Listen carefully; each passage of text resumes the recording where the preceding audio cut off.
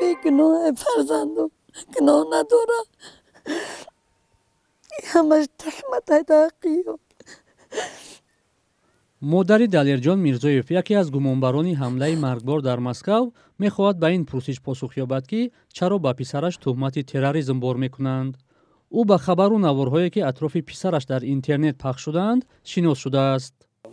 پسری ما در آن وقتی درون شیشه بودگیش من همو جدا میدونم که وای پسری ما و او خیلی ویا نشون میتین ویا بوز بالا فرزندی من نیست او آدم چی به یو در بیرون روشان شده در درون وای روی ویا رو محکم میکنن ویا بوز بالا وقتی او چیه که دیگه دستی او مردک همو بچه که کرده میگیره چیکاری میکنه برسله دوره بوز بالا بچه سب تفید مایکه کبود در درون شتگیان سیوم که کدیستیان اشاره میکنه که در محکم کنی همی ویا رو ما تماشا کردگی.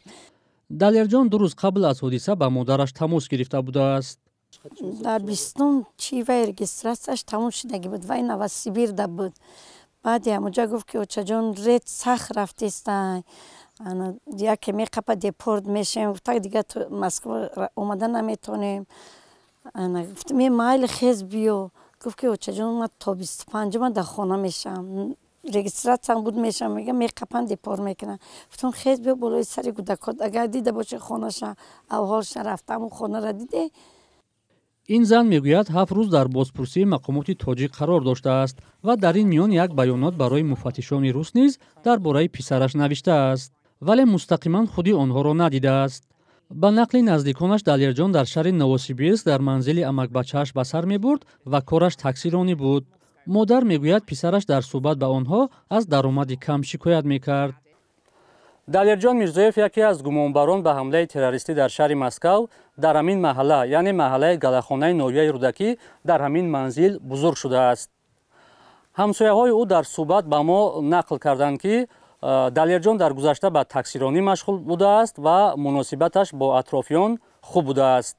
ما همین خبر را شنیدیم همین تماما خیال کردیم که همین یک به همین بند دل خمان همین فرزند خمان کندیان گرفتیان همین باوری ما تماما نیست ما در این بچه بسیار بچه خوب بود این تماما همین یک گویا مرچه رو اوزار نمیداد اخی بچه بهترین بود اخی در یک قدم را ما در یک حولیک بگیم بیا جای ما قریب 15 سالش در کوچه ایم خوب خدمت میکرد مثال مردک ما نبودم و حجیت بود یا جای کودکم در میکرد چی دلیرجان همین را دختر بردن در کار این گپی نگفتگی نداشت وای.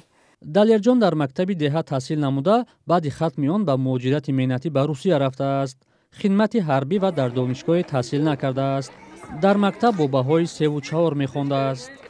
در دوام تحصیلش بچه خوب بود، بچه آرام، بچه بسیار خوب بود و بچه بسیار مصلحت آرام بود و بچهای پس خفا مانده بسیار یاری هم میداد و با کار جمعیتی مکتب خوب اشتراک میکرد. وضع سلامتی همسر او با شنیدن و دیدن خبر و عکس‌های شوهرش بد شده طی 3 روز در بیمارخانه بستری شده است. حالا در منزل مادر طبابت میگیرد. دلیرجان به خوشتامنش نیز تماس گرفته بوده است. هم زنگ زد با چیزی که هم پول روی کرد 800 تومان پول پرداختن خالاجان را بگی کودکای مده برای سربسری رمضان پروداکت بگی خالاجان با من نصیب کردگی باشه و 20 ماه همونجا میشم 20 ماه میرم 20 ماه بله وای دارم میرم 26 ماه خونه میشم.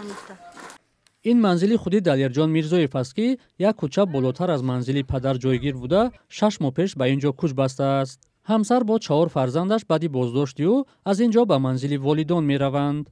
دلیرجان میرزایف 32 ساله یکی از 4 گمانبر اساسی در حمله به مجموعه کروکس سیتی هال است. مقامات روسیه میگویند او را در بریانسک بازداشت کردند. در نوار در شبکه‌های اجتماعی که ادعا می شود لحظه بازداشت دلیرجان میرزایف است او را از بالا یک درخت به پایان فراورده با دستانش زواله میزنند. زمانی بازداشت او با ترجمان صحبت میکرد هرچند نزدیکانش میگویند او روسی را میدانست. 4 شهروند تاجیکستان با کشتار مردمی بیگناه در تالار کنسرتی کروکس و 5 نفر دیگر برای مدد به آنها متهم میشوند. حمله مرگبار به کروکس سیتی هال مسکو شب 22 مارس صورت گرفت. در این حادثه 140 نفر جان باخته 10 تن دیگر زخمی شدند.